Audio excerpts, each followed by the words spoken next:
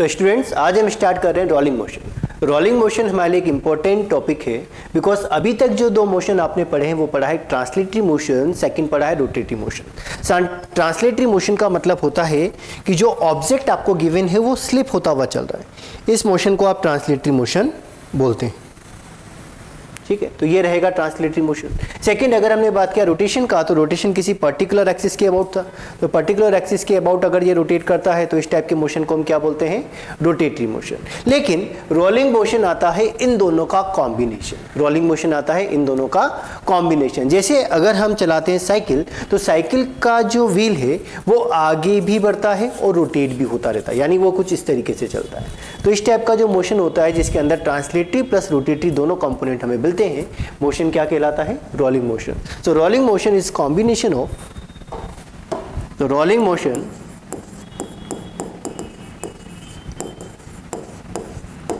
Is combination of translatory motion plus rotatory motion. यानी अगर कोई ऑब्जेक्ट ट्रांसलेटरी मोशन भी कर रहा है और साथ साथ किसी पर्टिकुलर एक्सिस के अबाउट रोटेट भी कर रहा है, तो वो रोटेट होता हुआ आगे बढ़ेगा और इस टाइप के मोशन को क्या बोलेंगे, रोलिंग मोशन बोलेंगे। सिंपल सा एग्जांपल है व्हील ऑफ बाइसिकल या wheel of any vehicle, any moving vehicle. ठीक है, तो मोशन कैसा रहेगा, रोलिंग मोशन रहेगा। ठीक, तो किसी भी इंस्टेंट पर अगर मुझे नेट वेलोसिटी लिखना है तो वो ट्रांसलेटरी मोशन की net velocity plus rotatory motion की नेट वेलोसिटी के वेक्टर सम के इक्वल आना चाहिए। यानी वी नेट, या ऐसा बोल सकते हैं V rolling vector is equal to V translatory vector plus V rotatory vector. एक सिंपल सा इक्वेशन यहां पे बना है, क्लियर। अब मोशन किस तरीके से बनता है इसको हम समझते हैं। हमने ये बोला कि ट्रांसलेटरी मोशन और रोटेटरी मोशन का जो सम होता है, वेक्टर सम, वो आपको क्या देता है, वो हमें रोलिंग मोशन प्रोवाइड करता है। यानी translatory motion plus rotatory motion is equal to rolling motion. Translatory motion में सभी पार्टिकल्स की जो वेलोसिटी कंपोनेंट आता है वो सिमिलर आता है, यानी सभी पार्टिकल, किसी भी बॉडी के सभी पार्टिकल किसी भी जगह पर हो, सब वो सेम ही वेलोसिटी से चलते हैं, तभी आप उसको ट्रांसलेटरी मोशन से रिप्रेजेंट कर रहे हैं। तो हम यहाँ पे कुछ पॉइंट कंसीडर करते हैं। ये रहेगा आपका सेंटर, जिसको आपने O से रिप्रेजेंट किया। यहाँ पर आपने एक पॉइंट लिया, this point is P, Q, R, S, और यहां कहीं आपने एक पॉइंट ले लिया, लेट्स सपोज T। अब इन सभी पॉइंट की पूछा गया कि वेलोसिटी कितनी रहेगी, तो इन सभी पॉइंट की वेलोसिटी बॉडी के सेंटर ऑफ मास की वेलोसिटी के इक्वल आएगी, क्योंकि मोशन किस तरीके का, ट्रांसलेटरी मोशन। अगर हम इस पेन की बात करें तो ये पेन अगर ट्रांसलेटरी मोशन करा तो ये इस तरीके चलेगा। ठीक है, तो इसमें जितने भी पार्टिकल्स हैं, इस बॉडी में जितने भी पार्टिकल्स हैं, उन सबका वेलोसिटी सेम डायरेक्शन में है, मैग्नीट्यूड भी सेम रहेगा प्लस डायरेक्शन भी सेम आएगा। और उस वेलोसिटी को आप रिप्रेजेंट कर रहे हैं VCM से। किससे रिप्रेजेंट कर रहे हैं, VCM से। यानी ट्रांसलेटरी मोशन अगर बॉडी कर रही है तो बॉडी के सभी पार्टिकल्स की वेलोसिटी सेम आनी चाहिए। तो आप पॉइंट कहीं पे भी बनाएं, सभी का वेलोसिटी सेम ही मिलेगा, जिसको मैंने VCM से रिप्रेजेंट कर दिया। ठीक बात, कोई डाउट इसमें नहीं। अब हम आते हैं रोटेटरी मोशन पे। तो रोटेटरी मोशन पे भी आपने एक सेंटर कंसीडर किया कि दिस इज सेंटर। ठीक बात, रेडियस हमने कंसीडर कर लिया, रेडियस इज R। रेडियस कितना है, R रेडियस है। कुछ पॉइंट्स जो आपने यहाँ कंसीडर किए वही पॉइंट आपको यहाँ पर भी कंसीडर करने हैं। पॉइंट आपने कंसीडर किया point P, point Q, point R। ध्यान रखें दिस वन इज रेडियस, इसको हम स्मॉल r से भी रिप्रेजेंट कर सकते हैं। ठीक है, या इसको हम लिख देते हैं RAD, रेडियस। ठीक है, point Q, P, Q, R, फिर आपने पॉइंट कंसीडर किया S, और यहां आपने पॉइंट कंसीडर किया T। ठीक बात, और हम ये कंसीडर कर रहे हैं कि जो बॉडी है वो ओमेगा से पर्टिकुलर एक्सिस, सेंटर से पासिंग एक्सिस के अबाउट रोटेट कर रहा है। ठीक, तो क्या इन सभी पॉइंट्स की वेलोसिटी आप बता सकते हैं? वेलोसिटी आप देखते हैं रोटेटिव बॉडी के लिए ओमेगा इंटू आर से। ओमेगा हमें दिया गया है, अलग अलग लोकेशन पे आर का वैल्यू अलग अलग आपको मिलेगा। ठीक बात, ये टी पॉइंट अगर हमने सेंटर पे, या ऐसा बोला जाए कि रेडियस के सेंटर पे, तो रेडियस के सेंटर मतलब कितने डिस्टेंस पे r/2 पे कंसीडर किया है, तो यहाँ पे भी जो डिस्टेंस रहेगा उसको आप r/2 से ही रिप्रेजेंट करेंगे कि 0 से t के बीच का डिस्टेंस कितना है, r/2 है। अब इन सभी पॉइंट्स पर क्या आप ओमेगा आर का इफेक्ट बता सकते हैं? इस बात का ध्यान रखना कि रोटेटरी है। रोटेटरी है तो पॉइंट पे, जिस भी पॉइंट पर आप वेलोसिटी कंपोनेंट बनाएंगे वो टेंजेंशियल बनना चाहिए। ठीक है, कैसे?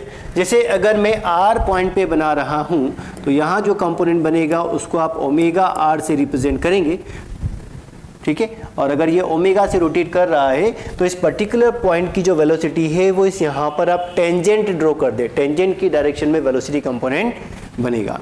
ठीक है, एस पॉइंट पे कैलकुलेट करें तो यहाँ बनेगा ओमेगा आर, आर पॉइंट पे कैलकुलेट करें तो यहाँ रहेगा ओमेगा आर, क्यू पॉइंट पे कैलकुलेट कर रहे हैं तो ऊपर की ओर प्लस वाई डायरेक्शन में बनेगा। ओ पॉइंट पर आर का वैल्यू 0 है, इसलिए यहाँ पर वैल्यू कितनी बनेगी, 0 ही बनेगी। ठीक बात, और टी पॉइंट पर अगर कैलकुलेट करें तो टी पॉइंट पे वैल्यू रहेगा ओमेगा r/2, बिकॉज वेलोसिटी हम कैलकुलेट कर सकते हैं by using v is equal to omega R से, जहां पर r रेडियस को रिप्रेजेंट कर रहा है।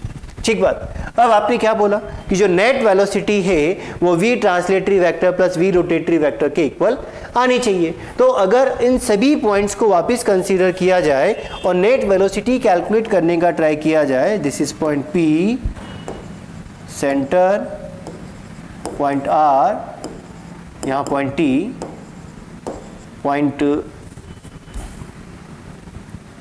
S and point Q। इन सभी पॉइंट पर अगर मैं नेट वेलोसिटी लिखूं तो वो इन दोनों का वेक्टर सम आना चाहिए।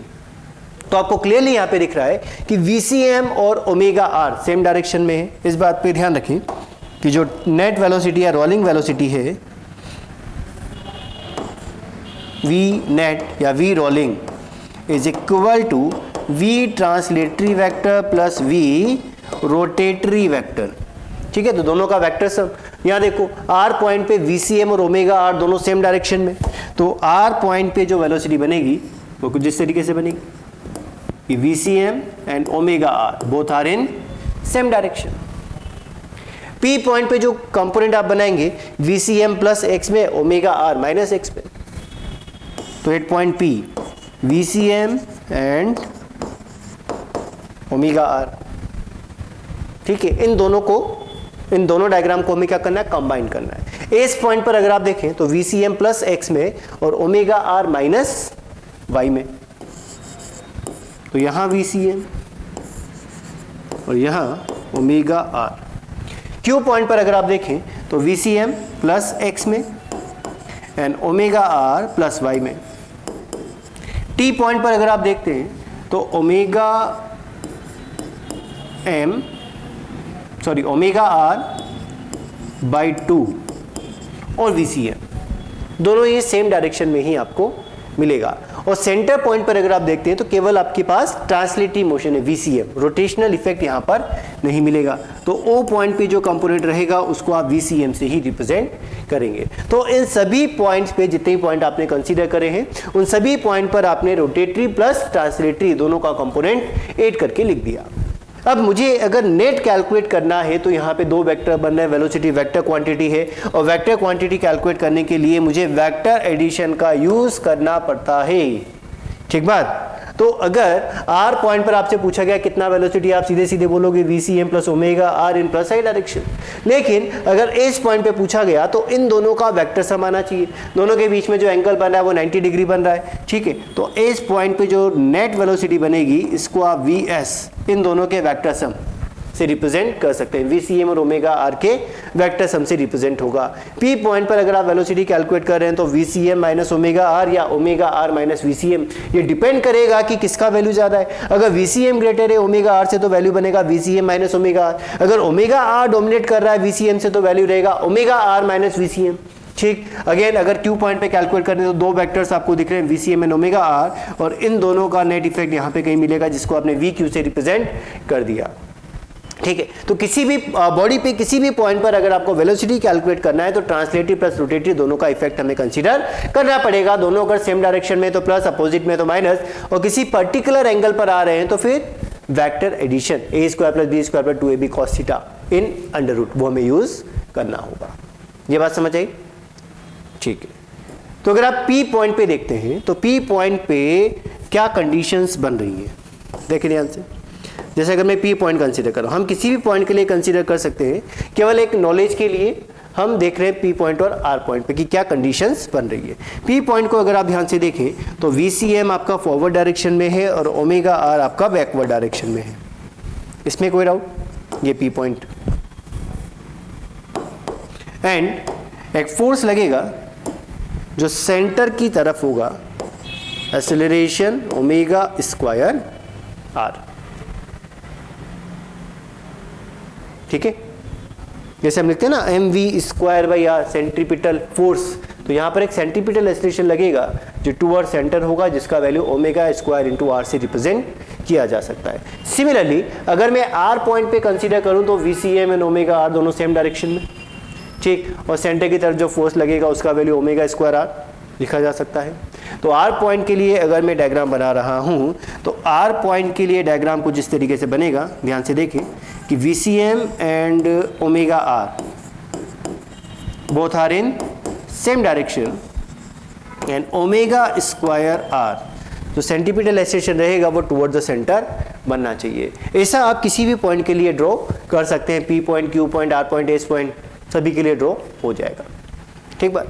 तो ये तो बात हुई कि रोटेटरी मोशन होता क्या, रोलिंग मोशन होता क्या है, कि वो रोटेटरी प्लस ट्रांसलेटरी दोनों मोशन का कॉम्बिनेशन होता है। लेकिन अगर मैं बात करता हूं कि प्योर रोलिंग क्या होता है, प्योर रोलिंग का मतलब है कि pure translatory plus pure rotatory, इन दोनों को अगर सम कर दिया जाए, मतलब क्या है इस बात का समझना कि रोलिंग विदाउट स्लिपिंग, यानी पॉइंट ऑफ कांटेक्ट जो सरफेस पर रहेगा इस पॉइंट की स्लिपिंग नहीं होनी चाहिए। स्लिपिंग का मतलब इस पर्टिकुलर पॉइंट का वेलोसिटी हमेशा क्या आना चाहिए, विद रिस्पेक्ट टू सरफेस 0 आना चाहिए। यानी point of contact of body with respect to surface, इस पर्टिकुलर पॉइंट का सरफेस के रिस्पेक्ट में वेलोसिटी आना चाहिए 0। उस टाइप में आप बोलते हैं कि प्योर रोलिंग हो रहा है, यानी rolling without slipping is known as pure rolling. या अगर और डिटेल में देखें तो velocity of point of contact, velocity of point of contact of rolling body with respect to the surface in contact, velocity of point of contact यानी जो body rotate कर रही है उसका सरफेस से कोई ना कोई पॉइंट तो कनेक्ट करेगा, तो उस पर्टिकुलर पॉइंट की हम बात कर रहे हैं कि velocity of point of contact of rolling body with respect to surface in contact, with respect to surface, ये है surface and this one is rolling body, and point P is point of contact. So velocity of point of contact of rolling body with respect to surface in contact is 0। अगर P point का velocity हमें मिलता है 0, P point का velocity हमें क्या मिलता है 0, तो इस टाइप के मोशन को हम क्या बोलते हैं, प्योर रोलिंग बोलते हैं। क्या बोलते हैं, प्योर रोलिंग। ध्यान दें कि अगर ये जो ऑब्जेक्ट हमने कंसीडर किया, मान लीजिए व्हील है, ठीक है, ये कुछ इस तरीके से चल रहा है जैसे साइकिल का टायर चलता है, ये आगे बस बढ़ता जा रहा है, चलता जा रहा है, कुछ ऐसे ये चलता जा रहा है, ठीक है। एक ये ऐसे चल सकता है कि मान लीजिए तेज स्पीड में चल रहा था और मैंने ब्रेक लगा दिए, ब्रेक लगा दिए तो ब्रेक लगाने पे क्या होता है, ब्रेक लग जैसे ही आप ब्रेक लगाते हैं तो रोटेशन खत्म हो जाता है, क्योंकि ब्रेक टायर को क्या कर देता है, फिक्स कर देता है, तो रोटेशन तो हो जाता है खत्म, और ये जो स्पीड आपके पास थी उसी स्पीड से फिसलता हुआ आगे चलता है। तो इस टाइप के मोशन को आप रोलिंग मोशन नहीं बोलते हैं।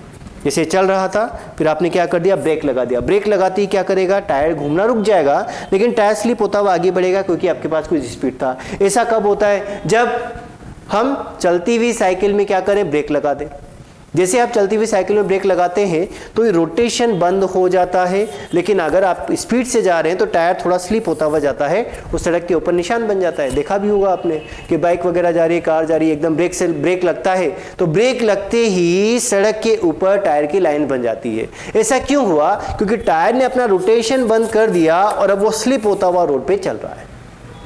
ठीक बात, तो ये आपका प्योर रोलिंग नहीं है। सेकंड केस ये बन सकता है कि कभी गाड़ी फंस जाती है कीचड़ के अंदर और हम स्पीड देते रहते हैं तो टायर अपनी ही जगह पर घूमता रहता है, और टायर अगर अपनी ही जगह पर घूम रहा है, आगे नहीं बढ़ पा रहा है, इसका मतलब पॉइंट ऑफ कांटेक्ट की वेलोसिटी जीरो नहीं है, क्योंकि टायर तो अपनी ही जगह पर घूम रहा है। ये बात समझ में आई? तो इस पर्टिकुलर पॉइंट की कुछ वेलोसिटी मिलेगी, और वेलोसिटी मिलेगी तो उसको भी आप प्योर रोलिंग काउंट नहीं करेंगे। इसका मतलब प्योर रोलिंग किस तरीके का होना चाहिए कि सीधे बस ये इस तरीके से चलता रहे कि जो भी पॉइंट कांटेक्ट में आ रहा है सरफेस के, उस पर्टिकुलर पॉइंट की वेलोसिटी जीरो हो जाए। अब ये जो पॉइंट ऑफ कांटेक्ट है ये चेंज होता रहता है, जैसे जैसे व्हील आगे बढ़ता जाएगा पॉइंट ऑफ कांटेक्ट चेंज होता जाएगा, जैसे जैसे व्हील आगे बढ़ेगा पॉइंट ऑफ कांटेक्ट आपका चेंज होता जाएगा, लेकिन उस पर्टिकुलर पॉइंट की वेलोसिटी कितनी आनी चाहिए? वो जीरो आनी चाहिए। ठीक बात। तो अगर velocity of point of contact of rolling body with respect to surface in contact is zero, यानी पी पॉइंट की वेलोसिटी अगर जीरो है तो इस टाइप के मोशन को हम क्या बोलते हैं? प्योर रोलिंग मोशन कंसीडर करते हैं। ठीक बात। अब इस बात पे ध्यान दें कि पी पॉइंट पर कौन कौन से वेलोसिटी कंपोनेंट बन सकते हैं या कौन कौन सी वेलोसिटी आती है। पहला कि ये चल रहा है वीसीएम से, तो वीसीएम तो बनेगा आपका फॉरवर्ड डायरेक्शन में, ठीक, और ये ओमेगा से क्लॉकवाइज रोटेट कर रहा है तो ओमेगा आर यहाँ पर बनेगा बैकवर्ड डायरेक्शन में, वीसीएम से बैकवर्ड डायरेक्शन में। इसका मतलब पी पॉइंट की वेलोसिटी अगर जीरो है तो क्या होना चाहिए? पी पॉइंट की वेलोसिटी अगर जीरो है तो वीसीएम माइनस ओमेगा आर का वैल्यू भी जीरो आना चाहिए, यानी VCM is equal to omega R. अगर ऐसा आपको दिया गया है किसी न्यूमेरिकल में कि सेंटर ऑफ मास का वेलोसिटी ओमेगा इंटू आर के इक्वल है, यानी पी पॉइंट का वेलोसिटी आपको जीरो मिलेगा, और इस टाइप के मोशन को आप प्योर रोलिंग मोशन कंसीडर कर सकते हैं। ठीक बात। नाउ अब कुछ कंडीशंस हैं, इन कंडीशंस पे ध्यान दो। फर्स्ट कंडीशन हम कंसीडर कर रहे हैं कि if VCM is greater than omega R, अगर VCM का वैल्यू ओमेगा आर से ज्यादा है तो क्या होगा? पहली बात तो ये है कि पॉइंट ऑफ कांटेक्ट की वेलोसिटी जीरो नहीं मिलेगी, क्योंकि पॉइंट ऑफ कांटेक्ट की वेलोसिटी आपने VCM माइनस ओमेगा आर से लिखा है, तो इसका एक तो रिजल्ट आपको मिला कि जो VP पॉइंट का वेलोसिटी होगा वो जीरो नहीं होगा, और जीरो नहीं होगा तो प्योर रोलिंग नहीं होगा। ठीक बात। इसका मतलब क्या? VCM ग्रेटर है ओमेगा आर से, इसका मतलब यह है कि जब हम चलती हुई साइकिल में ब्रेक लगा दे तो रोटेशन तो हो जाता है बंद, रोटेशन तो हो जाता है बंद, और साइकिल का टायर आगे स्लिप होता हुआ जाता है। इसका मतलब एक फुल रोटेशन में अगर कोई व्हील, एक फुल रोटेशन में कोई व्हील कितना डिस्टेंस कवर करता है? 2πr। जैसे इस पॉइंट को आप देखें, अब ये अगर एक फुल रोटेशन कंप्लीट कर ले तो पैरामीटर के बराबर कंप्लीट करेगा, ऐसे तो कितना डिस्टेंस कवर करेगा? 2πr। लेकिन अगर VCM is greater than omega R है, जब आप साइकिल में ब्रेक लगा दे, ब्रेक लगाने के बाद जो व्हील है वो स्लिप होता हुआ जाता है, देखो रोटेशन बंद हो गया, अब ये स्लिप होता हुआ जा रहा है। इसका मतलब distance covered by the wheel, distance covered by the wheel is greater than 2πr। तो अगर 2πr से डिस्टेंस ज्यादा आती है तो इस केस में आप क्लियरली बोल सकते हैं कि VCM is greater than omega R. और इसका एग्जाम्पल क्या है? when we apply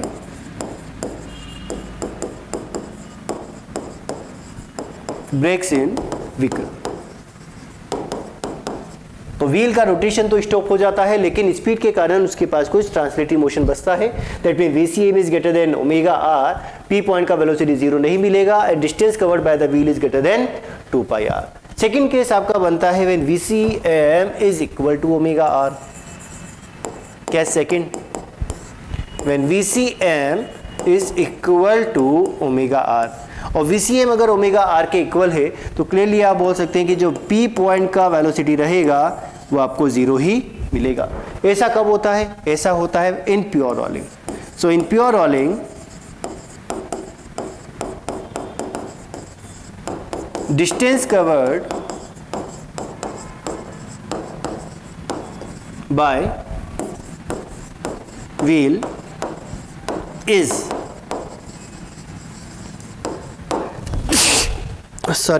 exactly 2 pi are.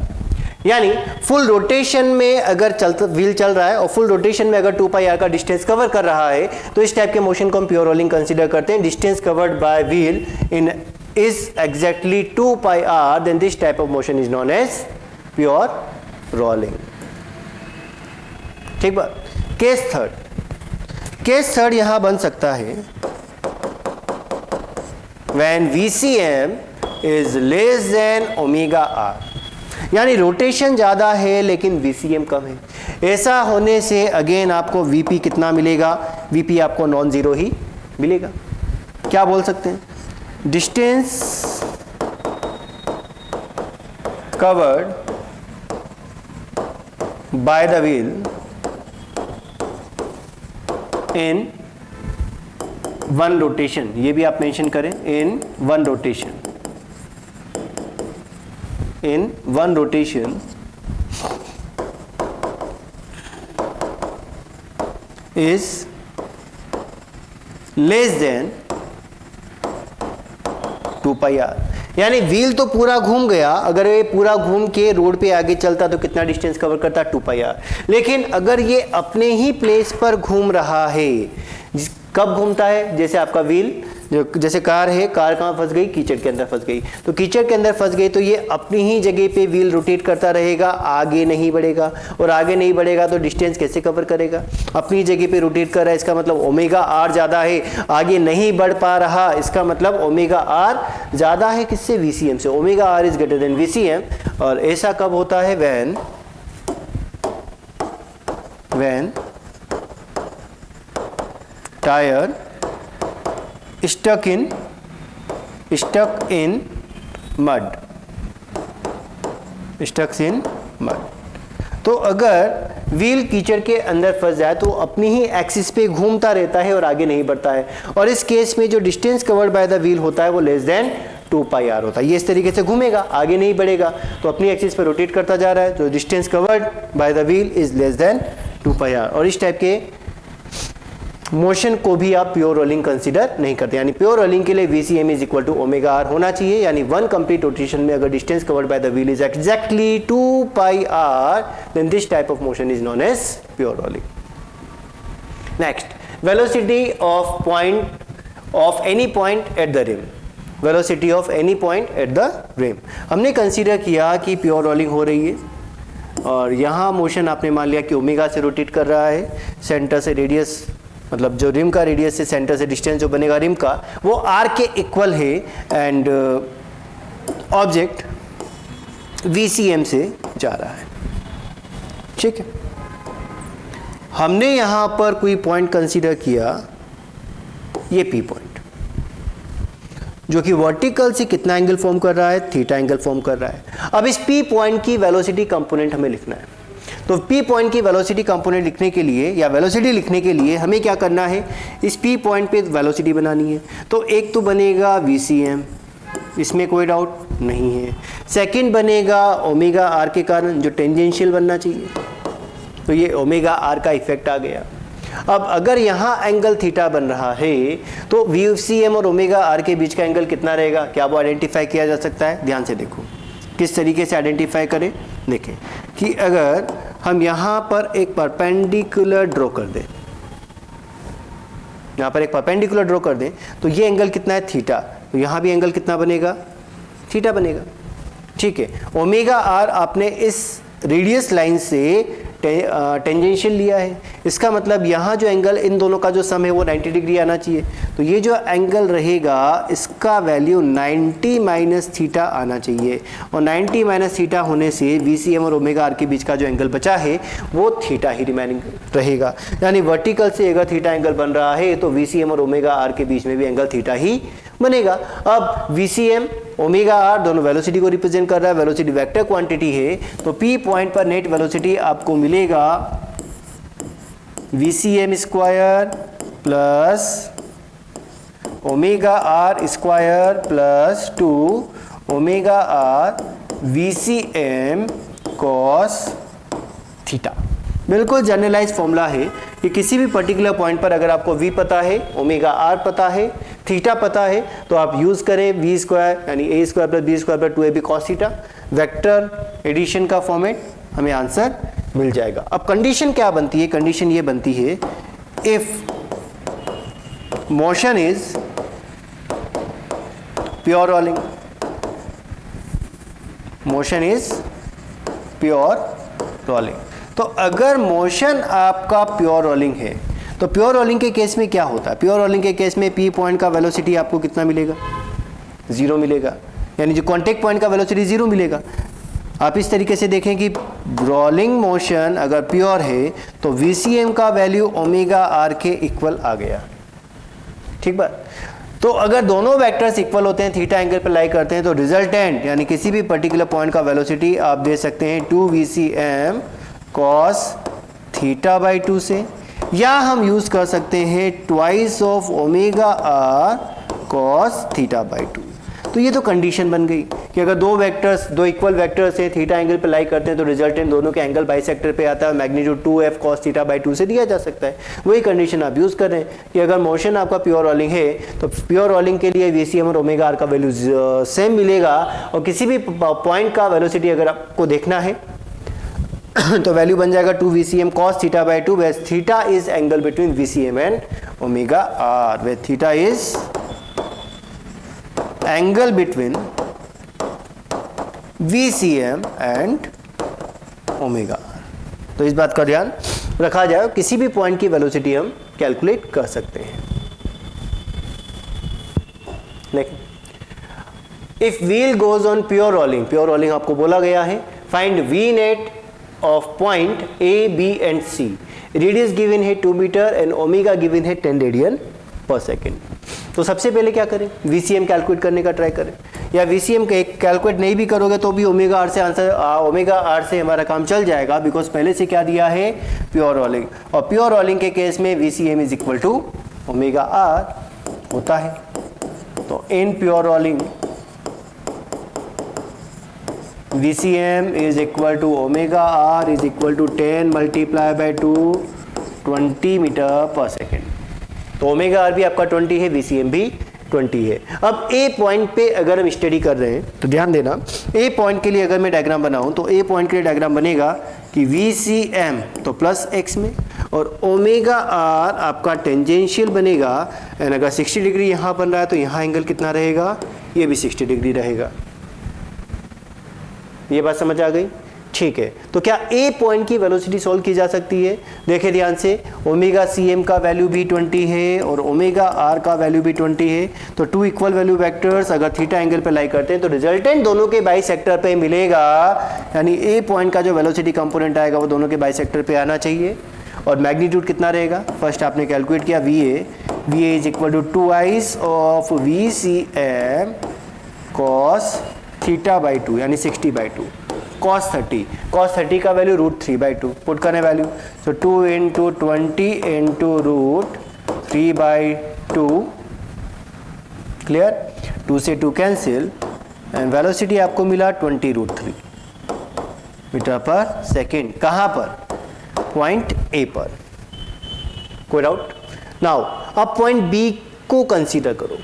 Point B पर अगर हम बात करें, डायग्राम यहां बनाते हैं इसका, सेकेंड 4 पॉइंट B। ठीक, डायग्राम ध्यान से देखें। अगर मैं B पॉइंट पे बात करता हूं तो VCM तो मुझे फॉरवर्ड डायरेक्शन में ही मिलेगा, उसमें कोई प्रॉब्लम नहीं है। ठीक, और यहां से ये जो ओमेगा आर बनेगा वो टेंजेंशियल बनना चाहिए पॉइंट P से।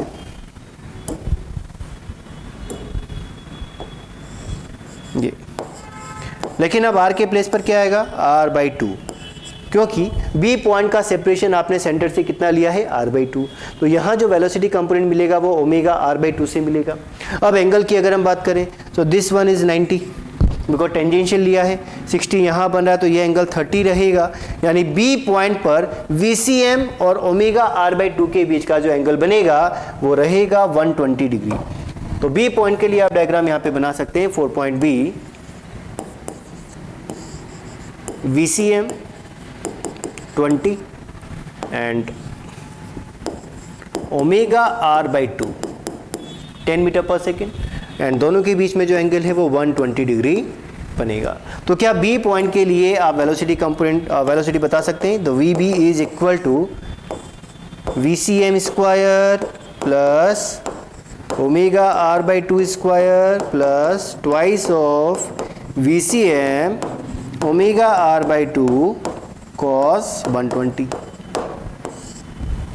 ठीक, सॉल्व करें, यानी 20 square plus 10 square plus 2 into 10 into 20 and cos 120 होता है -1/2 in under root. Clear? So 2 2 2 cancel out, -200। ठीक, तो 400 प्लस 100 500, 500 माइनस 200 300। सो वैल्यू रहा √300 और कैलकुलेट करेंगे तो वैल्यू 10√3 मीटर पर सेकेंड। तो बी पॉइंट की वेलोसिटी हमें मिली 10√3। ध्यान दें, जिस भी पॉइंट पे कैलकुलेट करना है वहां पे रोटेटरी एंड ट्रांसलेटरी दोनों वेलोसिटी आपको लिखना है और दोनों का वेक्टर सम नेट वेलोसिटी को रिप्रेजेंट करेगा और रिजल्टेंट यहां पर बिगर वेक्टर की तरफ टिल्टेड होगा, यानी VB यहां पर कहीं मिलेगा। कितने मैग्नीट्यूड का? 10√3 मीटर। थर्ड हमें कैलकुलेट करना है 8 पॉइंट C। तो पॉइंट C पे आपको कैलकुलेट करना है, दिया गया है प्योर रोलिंग, तो पॉइंट C आपका पॉइंट ऑफ कांटेक्ट है। अगर आप C पर वेलोसिटी देखें तो VCM का डायरेक्शन रहेगा फॉरवर्ड, जिसका वैल्यू 20 मीटर पर second VCM, and omega R रहेगा बैकवर्ड यानी -x डायरेक्शन में, और इसका वैल्यू भी कितना है 20 मीटर पर सेकेंड।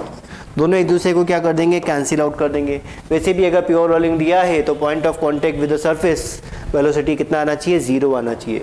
तो VC अगर आप कैलकुलेट कर रहे हैं तो C पॉइंट पर दो वेलोसिटी है, फर्स्ट 20 मीटर पर सेकेंड VCM एंड 20 मीटर पर सेकेंड बैकवर्ड डायरेक्शन में -i में ओमेगा R। सो C पॉइंट का वेलोसिटी हमें कितना मिला? C पॉइंट का वेलोसिटी रहेगा 0। ठीक बात। Next second, for pure rolling velocity of point of contact with respect to the contact surface must be 0। तो हमें ये पता है कि P पॉइंट का वेलोसिटी 0 होना चाहिए, तभी आप क्या कंसीडर कर सकते हैं? प्योर रोलिंग कंसीडर कर सकते हैं। अब हमें दिया गया कि ये जो ऑब्जेक्ट है किसी प्लेटफॉर्म पे रखा है, कि सरफेस पे रखा है, और सरफेस का वेलोसिटी भी आपको दिया गया है। जैसे फर्स्ट केस पे तो आपको सरफेस रेस्ट पर दिया गया है। ठीक बात, सरफेस अगर रेस्ट पे दिया है तो सरफेस वेलोसिटी 0, P पॉइंट का वेलोसिटी ओमेगा VCM और ओमेगा R से हम देखेंगे। रेडियस आप R कंसीडर कर लीजिए, रेडियस R रहेगा, तो P पॉइंट का वेलोसिटी 0 आना चाहिए। तो P पॉइंट का वेलोसिटी 0 और सरफेस के साथ वो कांटेक्ट में है, तो सरफेस की जितनी वेलोसिटी है वही वेलोसिटी P पॉइंट की भी आनी चाहिए। सरफेस की जितनी वेलोसिटी है वही वेलोसिटी पॉइंट ऑफ कांटेक्ट की आनी चाहिए, तभी आपका पॉइंट ऑफ कांटेक्ट और सरफेस दोनों रेस्ट कंडीशन में रह सकते हैं with respect to each other. बात समझ में आई? ऐसा नहीं बोला कि हमेशा सरफेस से वो 0 होना चाहिए। हमें ये बोला गया कि सरफेस, जिस भी सरफेस से वो कांटेक्ट में है, उस सरफेस पे पॉइंट ऑफ कांटेक्ट का velocity with respect to the surface in contact वो 0 होना चाहिए। With respect to the surface of contact वो 0 होना चाहिए। इसका मतलब सरफेस अगर किसी वेलोसिटी से जा रहा है मान लो, तो P पॉइंट का यानी कांटेक्ट पॉइंट का वेलोसिटी भी उतना ही होना चाहिए, तभी आपका P पॉइंट सरफेस के साथ रेस्ट कंडीशन में आ सकता है। With respect to surface rest condition में हो सकता है। तो अभी आप क्लियरली ये बोल सकते हैं कि अगर आपको रोलिंग मोशन दिया गया है तो VP और VS दोनों का वेलोसिटी कितना आना चाहिए? 0। तो वैल्यू क्या रहेगा? VCM minus omega R is equal to 0, यानी VCM is equal to omega R, क्योंकि सरफेस कौन सी कंडीशन में है? रेस्ट कंडीशन में। सेकेंड केस में आप देखें कि जो सरफेस आपको दी है वो फॉरवर्ड डायरेक्शन में +x में जा रही है। इसका मतलब P पॉइंट की जो वेलोसिटी है वो भी सरफेस की इक्वली होनी चाहिए। पहली बात, क्योंकि क्या दिया गया है? Pure rolling. इस टर्म पे ध्यान देना बहुत ज़रूरी है, यानी पॉइंट ऑफ कांटेक्ट का वेलोसिटी सरफेस की वेलोसिटी के इक्वल आना चाहिए। तो VP is equal to VS होना चाहिए। अब VS कब मिलेगा? Vs का वैल्यू नॉन जीरो आपको चाहिए, पॉजिटिव चाहिए, क्योंकि पॉजिटिव x में जा रहा है। कब मिलेगा? अगर आप इस P पॉइंट पे वेलोसिटी देखें तो VCM तो मिलेगी आपको फॉरवर्ड डायरेक्शन में, VCM तो रहेगा आपका प्लस x में, और due to rotation omega R रहेगा माइनस x में। और P पॉइंट जाना किधर चाहिए? प्लेटफॉर्म की डायरेक्शन में, सरफेस की वेलोसिटी की डायरेक्शन में। इसका मतलब यहाँ पर जो Vs आपको मिलेगा वो VCM माइनस ओमेगा आर से मिलेगा, क्योंकि जो मोशन है वो VCM की डायरेक्शन में हो रहा है। तो VCM डोमिनेट करना चाहिए ओमेगा आर से, और VCM माइनस ओमेगा आर का वैल्यू Vs के इक्वल आना चाहिए। अगर ऐसा होता है तो P पॉइंट और Vs पॉइंट की वेलोसिटी, सरफेस की वेलोसिटी सेम रहेगी। थर्ड केस अगर आप कंसीडर करें तो P पॉइंट यहाँ पे रखा है, VCM प्लस x में, और ओमेगा आर बनेगा माइनस x में। अगेन हमें क्या दिया है? Pure rolling. प्योर रोलिंग के लिए पॉइंट ऑफ कांटेक्ट का velocity with respect to surface zero आना चाहिए। इसका मतलब VP जो मिलेगा वो भी VS की डायरेक्शन में होना चाहिए, मैग्नीट्यूड भी सेम आना चाहिए। So VP is equal to VS। पहली बात तो हमें ये समझ में आती है। अब VS की डायरेक्शन में मोशन होने के लिए ओमेगा आर ग्रेटर होगा या VCM ग्रेटर होगा? ऑब्वियस बात है कि डायग्राम में आपको दिख रहा है कि VCM प्लस x में है, ओमेगा आर माइनस x में है, और जो VS है वो भी ओमेगा आर की डायरेक्शन में है। तो आप यहाँ पे लिखेंगे कि ओमेगा आर माइनस VCM, यानी जो ओमेगा आर है वो VCM से डोमिनेट करना चाहिए। ठीक बात? तो अगर कोई भी आपको कंडीशन दी जाए और प्लेटफॉर्म अगर मूविंग है तो मूविंग प्लेटफॉर्म की वेलोसिटी पॉइंट ऑफ कांटेक्ट की वेलोसिटी के इक्वल आनी चाहिए, अगर हमें दिया गया है प्योर रोलिंग। और उसके अकॉर्डिंग आप ये आइडेंटिफाई कर सकते हैं कि VCM ग्रेटर होगा या ओमेगा आर ग्रेटर होगा। Next, kinetic energy in pure rolling. So kinetic energy of rigid body that has both translational and rotational motion is given as kinetic energy in pure rolling is equal to kinetic energy of translatory plus kinetic energy of rotatory. तो translatory को आप KT से भी represent करते हैं, rotatory को आप ROT से रिप्रेजेंट करते हैं, और रोलिंग को आप ROL या ROLL से रिप्रेजेंट करते हैं। तो काइनेटिक एनर्जी रोलिंग केस में अगर मुझे काइनेटिक एनर्जी रोलिंग के लिए अगर कंसीडर करना है तो ट्रांसलेटरी बनता कितना है? हाफ mv स्क्वायर या VCM स्क्वायर। अगर हम जनरल केस में बात करें तो आप इसको सीधे सीधे क्या लिख सकते हैं? Half mv square. और रोटेटरी कितना रहेगा? रोटेटरी रहेगा हाफ I ओमेगा स्क्वायर। ये बात समझ में आई? और I को क्या लिखा जा सकता है? I moment of inertia of rigid body को रिप्रेजेंट कर रहा है, और इसका एक जनरलाइज फॉर्मेट बन सकता है mk स्क्वायर, यानी I is equal to mk square, एक जनरलाइज फॉर्मेट है। So k rolling is equal to half mv square plus half mk square, और ओमेगा के प्लेस पर हम क्या लिख सकते हैं? v बाई आर लिख सकते हैं। So v by R whole square. Common क्या दिख रहा है? हाफ mv स्क्वायर कॉमन दिख रहा है। So kinetic energy in rolling is equal to half mv square 1 plus k square by R square. ये रिजल्ट आपको मिला, जहां पर हाफ mv स्क्वायर क्या है? ट्रांसलेटरी काइनेटिक एनर्जी, यानी k rolling is equal to k translatory 1 plus k square by R square. K किसको represent कर रहा है? के रेडियस ऑफ जायरेशन को रिप्रेजेंट कर रहा है। और जब आपने रेडियस ऑफ जायरेशन पढ़ा था तो सभी ऑब्जेक्ट के square by R square factor भी पढ़े थे, और हमने बोला था कि जब आप रोलिंग मोशन पढ़ेंगे तो के स्क्वायर बाई आर स्क्वायर हमारे यूज में आएगा, बिकॉज के स्क्वायर बाई आर स्क्वायर एक ऐसा कांस्टेंट है जो ऑब्जेक्ट पर डिपेंड करता है, ऑब्जेक्ट के मास और रेडियस पर डिपेंड नहीं करता। किस पे डिपेंड करता है? ऑब्जेक्ट पर। जैसे अगर रिंग होगा तो के स्क्वायर बाई आर स्क्वायर का वैल्यू 1, डिस्क है तो 1/2, सॉलिड स्फीयर 2/5, होलो स्फीयर 2/3। तो किस पे डिपेंडेंसी है?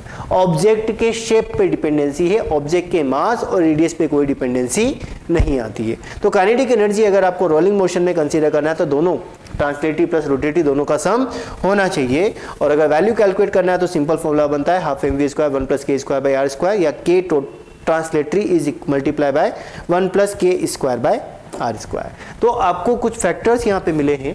फर्स्ट आपने लिखा काइनेटिक एनर्जी ट्रांसलेटरी मोशन में, जिसको आपने रिप्रेजेंट किया हाफ mv स्क्वायर से।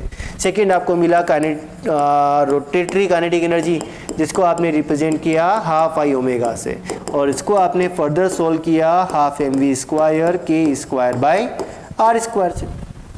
जहाँ पे भी हाफ एम वी स्क्वायर किसको रिप्रेजेंट कर रहा है, के टोटल को रिप्रेजेंट कर रहा है, के ट्रांसलेटरी को रिप्रेजेंट कर रहा है, सॉरी। तो के translatory multiply by K square by R square. फिर आपके पास आ गई रोलिंग मोशन की टोटल एनर्जी, जो के ट्रांसलेटरी प्लस के रोटेटरी रहा, और कैलकुलेट करने पे वैल्यू रहा K translatory 1 plus K square by R square. और K translatory half M V square को रिप्रेजेंट कर रहा है। K square by R square depend करता है डिफरेंट ऑब्जेक्ट पर। K square by R square की डिपेंडेंसी बॉडी के मास पर नहीं आती है, और K square by R square की डिपेंडेंसी बॉडी की रेडियस पे भी नहीं आती है। ये K square by R square एक फिक्स्ड क्वांटिटी होता है जो डिपेंड करता है शेप ऑफ द बॉडी पे, which depends on shape of the body.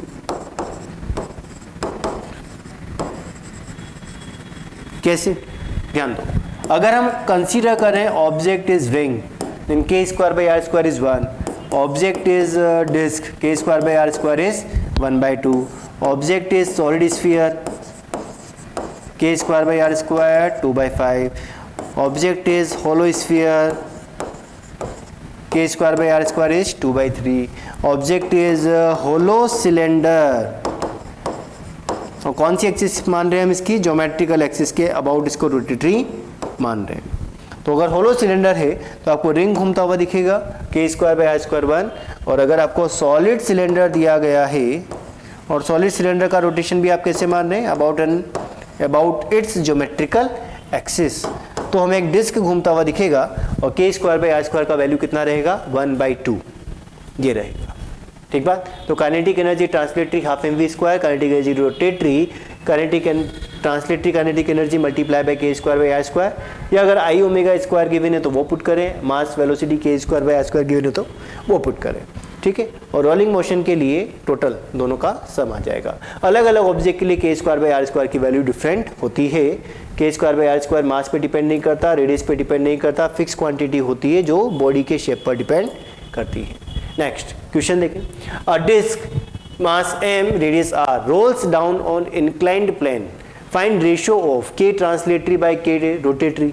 अब बताओ, अगर डिस्क रोटेट कर रही है तो उसकी ट्रांसलेटरी एनर्जी कितनी बनेगी, हाफ एम वी स्क्वायर, क्योंकि रोलिंग बोला है तो रोलिंग के अंदर ट्रांसलेटरी प्लस रोटेशन दोनों आएगा, तो ट्रांसलेटरी काइनेटिक एनर्जी कितनी बनेगी, half M V square. Rotatory kinetic energy कितनी बनेगी, half M V square multiply by K square by R square. यही सोल्व किया आपने, तो हाफ एम वी स्क्वायर से half M V square cancel out हो जाएगा, और रिजल्ट बचा 1/k square by R square. Object क्या दिया गया है, डिस्क, डिस्क के लिए K square by R square का value 1/2, so 1 divide by 1/2, 1 divide by 1/2, then answer is 2। आई बात समझ। Next, K translatory divide by K rolling, तो ट्रांसलेटरी काइनेटिक एनर्जी बनती है half M V square, and rolling energy बनता है half M V square 1 plus K square by R square. Half M V square से half M V square cancel out, so 1 divide by 1 plus half. Disc के लिए K square by R square 1/2, sum किया value कितना रहा 3/2, 2 ऊपर जाएगा, value 2/3, so 1 divide by 3/2 and answer is 2/3। Third, kinetic energy rotatory divide by kinetic energy rolling, तो kinetic energy rotatory कितना, half M V square K square by R square, rolling में कितना, half M V square 1 plus K square by R square. Half M V square cancel out, disc के लिए K square by R square 1/2 divide by 1 plus 1/2, value 1/2 divide by 3/2, 2 and 2 cancel out and result 1/3। ठीक बात। तो numerically हमें समझ में आ रहा है कि अगर रोलिंग की एनर्जी 3 है रोलिंग की एनर्जी कितनी है 3 है, तो रोटेशन के पास कितनी गई 1 गई, और ट्रांसलेटरी के पास कितनी गई 2 गई। इसका मतलब डिस्क के लिए translatory energy divide by rotatory energy का वैल्यू 2 आ रहा है, तो यानी translatory kinetic energy is double of rotatory kinetic energy, लेकिन डिस्क के लिए।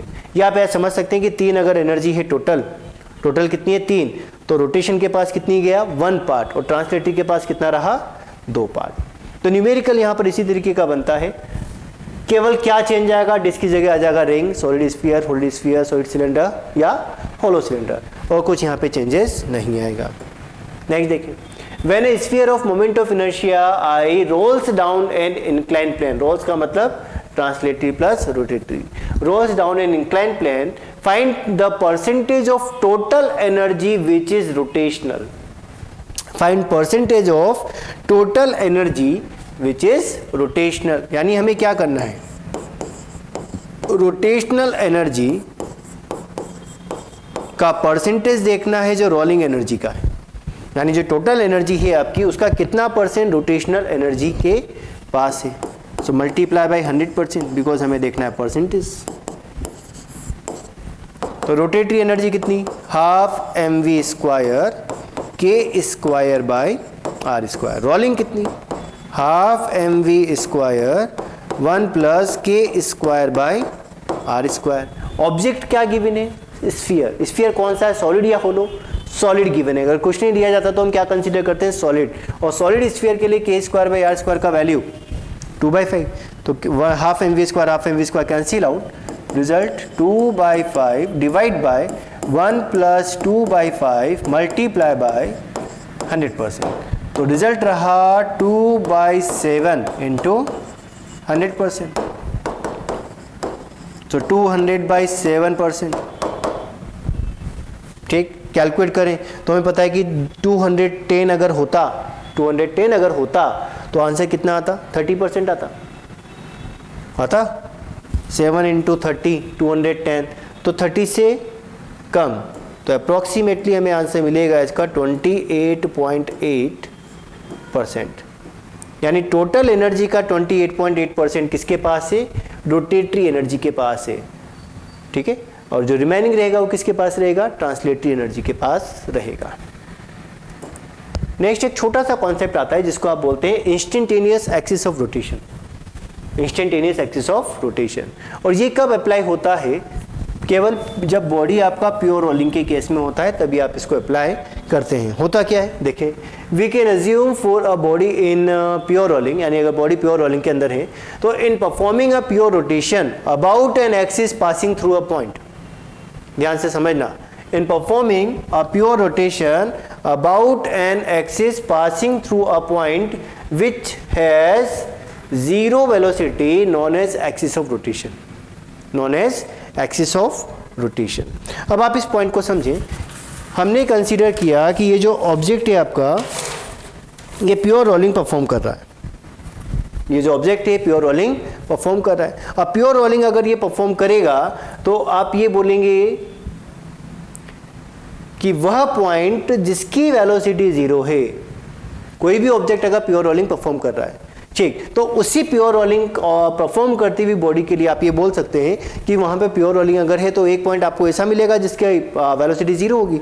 जैसे अगर हम इस ऑब्जेक्ट की बात करें तो ये जो point of contact on surface होता है, ये जो पर्टिकुलर पॉइंट है, इस पर्टिकुलर पॉइंट की वेलोसिटी कितनी आती है, 0 आती है। तो आप ऐसा मान सकते हैं कि अगर कोई भी बॉडी प्योर रोलिंग कर रही है तो हम ऐसा भी कंसिडर कर सकते हैं कि इस पॉइंट के अबाउट इसी को एक्सिस बना दिया जाए, जिसको आप इंस्टेंटेनियस एक्सिस ऑफ रोटेशन बोलेंगे, और इस पॉइंट के अबाउट ये क्या कर रहा है, रोटेट कर रहा है। इस पॉइंट के अबाउट ये क्या कर रहा है, रोटेट कर रहा है। तो दोनों का रिजल्ट हमें क्या मिलेगा, सेम मिलेगा, दोनों का रिजल्ट सेम मिलेगा। यानी वो पॉइंट बॉडी के अंदर, वो पॉइंट जिसका वेलोसिटी 0 है, बॉडी के अंदर वो पॉइंट जिसका पॉइंट ऑफ कॉन्टेक्ट का वेलोसिटी 0 है, बॉडी परफॉर्म कर रही है प्योर रोलिंग, तो इस 0 वेलोसिटी वाले पॉइंट के को ही अगर हम एक्सिस मान के ऑब्जेक्ट को रोटेट कर दें, एक्सिस मान के ऑब्जेक्ट को रोटेट कर दें, तो रिजल्ट आपको सेम ही मिलेगा। और इस एक्सिस को क्या बोला जाएगा, इंस्टेंटेनियस एक्सिस ऑफ रोटेशन बोला जाएगा। जैसे अगर हम इसी एग्जांपल को कंसीडर करें कि अगर ये प्योर रोलिंग कर रहा है तो इस पी पॉइंट की वेलोसिटी कितनी आनी चाहिए, 0 आनी चाहिए। इस पी पॉइंट की वेलोसिटी कितनी आनी चाहिए, 0 आनी चाहिए। तो हमने माना कि जो बॉडी है वो VCM से आगे जा रही थी और ओमेगा से रोटेट कर रही थी। ठीक बात। तो यही जो पी पॉइंट है, इस पी पॉइंट की वेलोसिटी अगर 0 है तो यहीं पर हमने क्या कर दिया, एक्सिस बना दिया, और इस एक्सिस के अबाउट अब ये ऑब्जेक्ट घूम रहा है। इसी एक्सिस के अबाउट अब क्या कर रहा है, ये ऑब्जेक्ट घूम रहा है। किससे घूम रहा है, ओमेगा से घूम रहा है। ओमेगा वही वाला होगा जो प्रीवियस केस में है, यानी सेम ओमेगा से रोटेट हो रहा है। अब यहाँ पर इक्वेशन आप किस तरीके की बना सकते हैं, देखो ध्यान से समझिए। अगर कोई ऑब्जेक्ट किसी पर्टिकुलर एक्सिस के अबाउट ओमेगा से रोटेट हो रहा है तो इसकी काइनेटिक एनर्जी कितनी, आई ओमेगा स्क्वायर, इसमें कोई डाउट नहीं। अगर कोई ऑब्जेक्ट है प्योर रोलिंग परफॉर्म कर रहा है तो उसकी काइनेटिक एनर्जी कितनी, तो kinetic energy rolling is equal to, आप लिख सकते हैं half mv square plus half, rotate कर रहा है ना, क्या लिखें, आई ओमेगा स्क्वायर। क्लियर। ठीक बात। क्या चेंजेस करें, चेंजेस हम ये कर सकते हैं कि हाफ एम वी के प्लेस पर लिख सकते हैं R omega square plus half I omega square. ठीक, और क्या बनाइए, half I plus M R square multiply by omega square. Clear. अब ये जो बॉडी है तो ये इसका सेंटर ऑफ मास है, तो सेंटर ऑफ मास के अबाउट मोमेंट ऑफ इनर्शिया कितना, आई।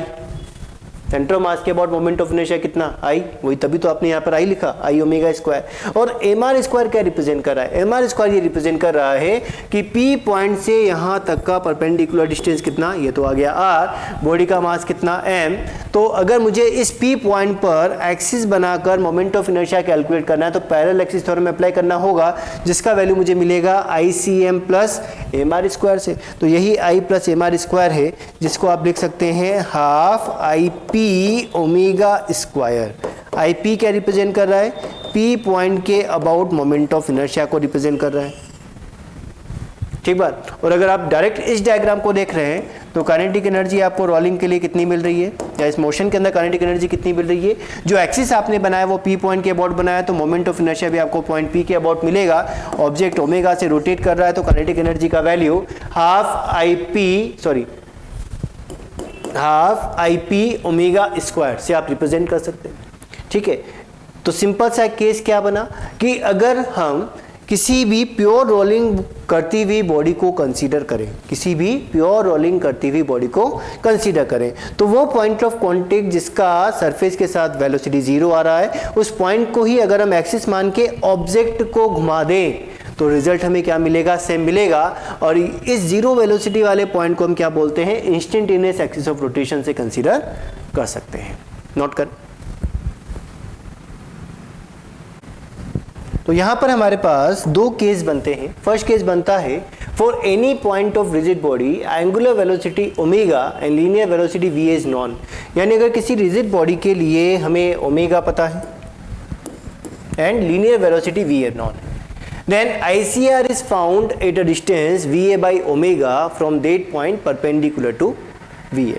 कहने का मतलब ये है कि अगर कोई body, rigid body pure rolling perform कर रही है, ठीक है, तो उसका जो इंस्टेंटेनियस एक्सिस ऑफ रोटेशन है, जो आपने पॉइंट ऑफ कांटेक्ट, जिस पॉइंट का वेलोसिटी 0 है उसको आपने कंसीडर किया और हमने मान लिया कि जो ऑब्जेक्ट है वो उस पर्टिकुलर पॉइंट के अबाउट रोटेट कर रहा है, तो उस पर्टिकुलर पॉइंट से, वो जो पॉइंट ऑफ कांटेक्ट है जिसका वेलोसिटी 0 है, उस पॉइंट से जिस पॉइंट पर आपको वेलोसिटी कैलकुलेट करना है वहां तक का परपेंडिकुलर डिस्टेंस और वेलोसिटी का परपेंडिकुलर, या वेलोसिटी वहां पे जो बनेगी वो टेंजेंशियल वेलोसिटी बन जाएगी। तो ये जो डिस्टेंस रहेगा और जो वेलोसिटी बनेगी दोनों एक दूसरे के परपेंडिकुलर होना चाहिए, और v is equal to R perpendicular into omega, ये क्लियरली हमें अप्लाई करना है। तो हमें क्या मिल जाएगा, उस पर्टिकुलर पॉइंट की वेलोसिटी मिल जाएगी। तो जैसे अगर हमने कंसीडर किया कि जो ऑब्जेक्ट है, डिस्क है, ये प्योर रोलिंग परफॉर्म कर रही है, ठीक है, तो प्योर रोलिंग अगर परफॉर्म कर रही है तो पी पॉइंट की जो वेलोसिटी बनेगी वो कितनी आएगी, 0 आएगी। तो हम ये मान सकते हैं कि ये पॉइंट 0 के पॉइंट पी के अबाउट ओमेगा से क्या कर रहा है, रोटेट कर रहा है। अब मुझे क्या कैलकुलेट करना है, मुझे क्यू पॉइंट और एस पॉइंट का वेलोसिटी कैलकुलेट करना है। तो मेरा प्रोसीजर क्या रहेगा, इस बात को समझना। सबसे पहले क्या किया हमने, पी पॉइंट से क्यू पॉइंट का परपेंडिकुलर डिस्टेंस कैलकुलेट किया। ठीक बात। रेडियस कितना दिया है r, तो इधर भी डिस्टेंस कितना रहेगा r, तो p और q के बीच का परपेंडिकुलर डिस्टेंस कितना बना, परपेंडिकुलर डिस्टेंस रहा √2qr, सॉरी √2r, कितना रहा √2r, मिल गया परपेंडिकुलर डिस्टेंस। अब यहाँ जो वेलोसिटी का बनेगी q पॉइंट की, वो इसी डिस्टेंस से परपेंडिकुलर बननी चाहिए, और जिसको आप डायरेक्टली सॉल्व कर लेंगे। क्या लिखें, velocity is equal to omega r, omega हमें दिया है और r परपेंडिकुलर, ये √2, सो q पॉइंट का स्पीड आपको मिला √2 ओमेगा r, और ये मिलना भी था। क्यों? क्योंकि अगर आपने बोला प्योर रोलिंग है तो Q पॉइंट पर एक तो लगेगा VCM, दूसरा लगेगा ओमेगा r। प्योर रोलिंग के लिए VCM और ओमेगा r दोनों का वैल्यू इक्वल रिजल्टेंट मिलेगा एंगल बाइसेक्टर पे, जिसको आप √2v या √2 ओमेगा r से सॉल्व कर चुके हो, क्योंकि प्योर रोलिंग के लिए VCM और ओमेगा r दोनों का वैल्यू इक्वल आता है। तो वही आंसर आपको यहाँ पर भी मिल रहा है अगर हम instantaneous axis of rotation consider कर रहे हैं, यानी वो पॉइंट जिसका वेलोसिटी 0 है, उस पॉइंट के अबाउट ही अगर ऑब्जेक्ट को ओमेगा से घूमता हुआ हम कंसीडर करें तो एक्सिस तो बन जाएगी इंस्टेंटेनियस एक्सिस ऑफ रोटेशन। अब यहाँ से किसी भी पॉइंट पर अगर आपको वेलोसिटी कैलकुलेट करना है तो इस पॉइंट से क्या करें, उस पॉइंट पर एक परपेंडिकुलर ड्रॉ करें, परपेंडिकुलर डिस्टेंस आपको मिल जाएगा, ओमेगा पता है, दोनों को मल्टीप्लाई कर दें, आपको पर्टिकुलर पॉइंट की वेलोसिटी मिल जाएगी। सिमिलरली अगर मुझे इस पॉइंट पे कैलकुलेट करना है तो इस पॉइंट से यहाँ तक एक परपेंडिकुलर ड्रॉ किया, टोटल लेंथ कितनी बनेगी, टोटल लेंथ बनेगी 2r, ठीक है, और इस लेंथ के परपेंडिकुलर ये हमें मिलेगा Vs। तो फर्स्ट आपने कैलकुलेट किया VQ, सेकंड हम कैलकुलेट कर रहे हैं Vs, और Vs आपको मिलेगा, देखो ध्यान से, omega multiply bye 2r, omega multiply bye 2r, जिसको आप 2 ओमेगा r से भी रिप्रेजेंट कर सकते हैं। अब प्योर रोलिंग वाला केस ध्यान करो, प्योर रोलिंग वाले केस में आपने r पॉइंट सबसे, ये Q पॉइंट है, r पॉइंट आपने सबसे ऊपर लिखा था, और उस r पॉइंट के लिए आपने लिखा था, जो यहाँ पर अभी S पॉइंट बनेगा, उसके लिए आपने लिखा है कि VCM and omega r both are in same direction, और प्योर रोलिंग के केस में दोनों का वैल्यू इक्वल, तो Vs हमें कितना मिलेगा, या तो ट्वाइस ऑफ VCM मिलेगा या ट्वाइस ऑफ ओमेगा r मिलेगा, ठीक है। और वही दोनों आंसर आपको इंस्टेंटेनियस एक्सिस ऑफ रोटेशन से भी मिल रहे हैं, और ये न्यूमेरिकल सॉल्व करना हमारे लिए ज़्यादा इजी होता है, क्योंकि जिस पॉइंट के लिए भी सॉल्व करना है वहाँ का परपेंडिकुलर डिस्टेंस कैलकुलेट कर लें, ओमेगा से मल्टीप्लाई कर दें, तो perpendicular distance multiply by omega उस पर्टिकुलर पॉइंट की वेलोसिटी को रिप्रेजेंट करती है। सेकंड केस बनता है लीनियर ऑब्जेक्ट के लिए, कि अगर आपको कोई लीनियर ऑब्जेक्ट दिया गया है जिसके दो पॉइंट्स की वेलोसिटी आपको पहले से पता है, if linear velocity of 2 point on a body, if linear velocity of 2 points on a body are known, then draw perpendicular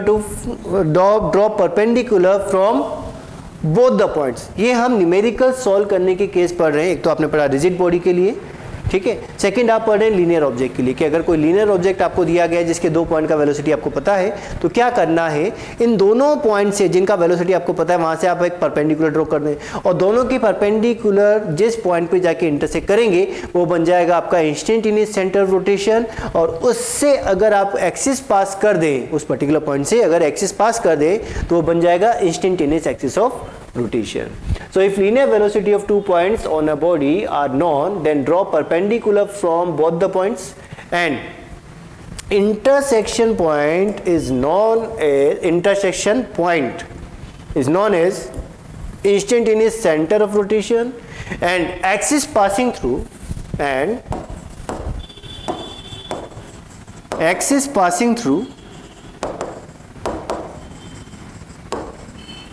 ICR यानी instantaneous centre of rotation is known as instantaneous axis of rotation. और ये format हमें कब apply करना है, जब आपको linear object दिया हो जिसके दो पॉइंट का वेलोसिटी पता हो। जैसे अगर आपको ये सरफेस दिया गया कि एक सरफेस है, सरफेस पर आपने एक रॉड रखा हुआ है एल लेंथ का जो थीटा एंगल बनाते हुए हॉरिजॉन्टल से, यहाँ पे दो पॉइंट आपको दिए गए, पॉइंट बी और पॉइंट ए, और पॉइंट ए और पॉइंट बी दोनों का वेलोसिटी आपको पहले से पता है, V A and V B given है। क्या करना है, हमें instantaneous centre of rotation find करना है, और उस इंस्टेंटेनियस सेंटर ऑफ रोटेशन के अबाउट या से पासिंग आप एक एक्सिस बनाएंगे जिसको आप इंस्टेंटेनियस एक्सिस ऑफ रोटेशन बोलेंगे। और ये जो ऑब्जेक्ट है इसका मोशन कुछ इस तरीके का होगा कि बी पॉइंट तो नीचे आता जाएगा और ए पॉइंट इधर बढ़ता जाएगा, कुछ ऐसे, ठीक है। तो इसका मतलब ये जो ऑब्जेक्ट है ये एक रोटेशन मोशन भी परफॉर्म कर रहा है, और इसके रोटेशनल मोशन का ओमेगा हम कैलकुलेट कर सकते हैं। तो प्रोसीजर के अकॉर्डिंग सबसे पहले क्या करना है, पॉइंट ए और पॉइंट बी से परपेंडिकुलर आप ड्रॉ करें। जिस पॉइंट पे दोनों कट करेंगे ये पॉइंट बनेगा इंस्टेंटेनियस सेंटर ऑफ रोटेशन, और हम ये कंसीडर करते हैं कि इसी पॉइंट के about object rotational motion perform कर रहा है। आए बात समझ? तो बी पॉइंट की वेलोसिटी का रिलेशन ओमेगा से हम बता सकते हैं, v is equal to R omega use करें। अगर इस l के दो कंपोनेंट आप करते हैं तो ये बनेगा थीटा की डायरेक्शन का कंपोनेंट l cos थीटा, यानी जो सिमिलर डिस्टेंस यहाँ पे भी कितनी रहेगी l cos theta. Second component अगर va और इस पॉइंट के बीच का परपेंडिकुलर डिस्टेंस वो रहेगा l sin थीटा। क्या लिखा जा सकता है, बेसिक कॉन्सेप्ट आप यूज कर रहे हैं, v is equal to R omega, so va is equal to omega multiply by L sin theta and VB is equal to omega multiply by L cos theta। तो क्या इन दोनों से omega का value calculate किया जा सकता है? बिल्कुल। So omega is equal to VA by L sin theta is equal to VB by L cos theta। किसके लिए? लीनियर ऑब्जेक्ट के लिए। ध्यान दें न्यूमेरिकल में कैसे अप्लाई करें। हम एक न्यूमेरिकल दिया गया जिसके अंदर यूनिफॉर्म रोड है 5 मीटर का, हॉरिजॉन्टल से 37 डिग्री एंगल बना रहे हैं। पॉइंट ऑफ कांटेक्ट जो हॉरिजॉन्टल पर है वो ए पॉइंट है जिसका स्पीड 3 मीटर पर सेकंड है पॉजिटिव एक्स डायरेक्शन में। तो अगर ये पॉजिटिव एक्स डायरेक्शन में तो ऑब्वियस बात है बी पॉइंट डाउनवर्ड डायरेक्शन में मूव करेगा, और बी पॉइंट का velocity and omega of the system ये हमें कैलकुलेट करना है। तो प्रोसीजर के अकॉर्डिंग सबसे पहले क्या करें, परपेंडिकुलर ड्रॉ करें। ये आपने परपेंडिकुलर ड्रॉ किए। अब इनका जो पॉइंट ऑफ कांटेक्ट होगा ये क्या बन जाएगा, इंस्टेंटेनियस एक्सिस ऑफ रोटेशन यहाँ पे बन जाएगा, और ओमेगा हम कैलकुलेट कर सकते हैं। परपेंडिकुलर डिस्टेंस की अगर हम बात करें तो 5 के कंपोनेंट 5 cos 37 हॉरिजॉन्टल कंपोनेंट बनेगा, वर्टिकल कंपोनेंट बनेगा 5 sin 37। तो ये डिस्टेंस रहेगा 5 sin 37, और 37 का वैल्यू होता है 3/5, तो वैल्यू आ गई 3 मीटर्स। सेकेंड कंपोनेंट बनेगा हॉरिजॉन्टल कंपोनेंट 5 cos 37, और cos 37 का वैल्यू होता है 4/5, द रिजल्ट इज 4 मीटर। क्या ओमेगा कैलकुलेट किया जा सकता है? बिल्कुल, आप VA को यूज करके ओमेगा सोल्व कर सकते हैं। सो पहले हमने कैलकुलेट किया ओमेगा जैसे v is equal to R omega, तो omega is equal to v by R, यानी VA divide by perpendicular distance कितना रहेगा 3, सो 3/3 वैल्यू कितनी आ गया 1, सो ओमेगा इज 1 रेडियन पर सेकेंड। सेकेंड हमें कैलकुलेट करना है VB, तो ओमेगा तो सेम ही आएगा, so omega multiply by 4 metre perpendicular distance, या ऐसा लिखा जाए L cos 37, so omega 1 multiply by L cos 37 का वैल्यू 4, सो VB आ गया 4 मीटर पर सेकेंड। ठीक बात, नोट करें।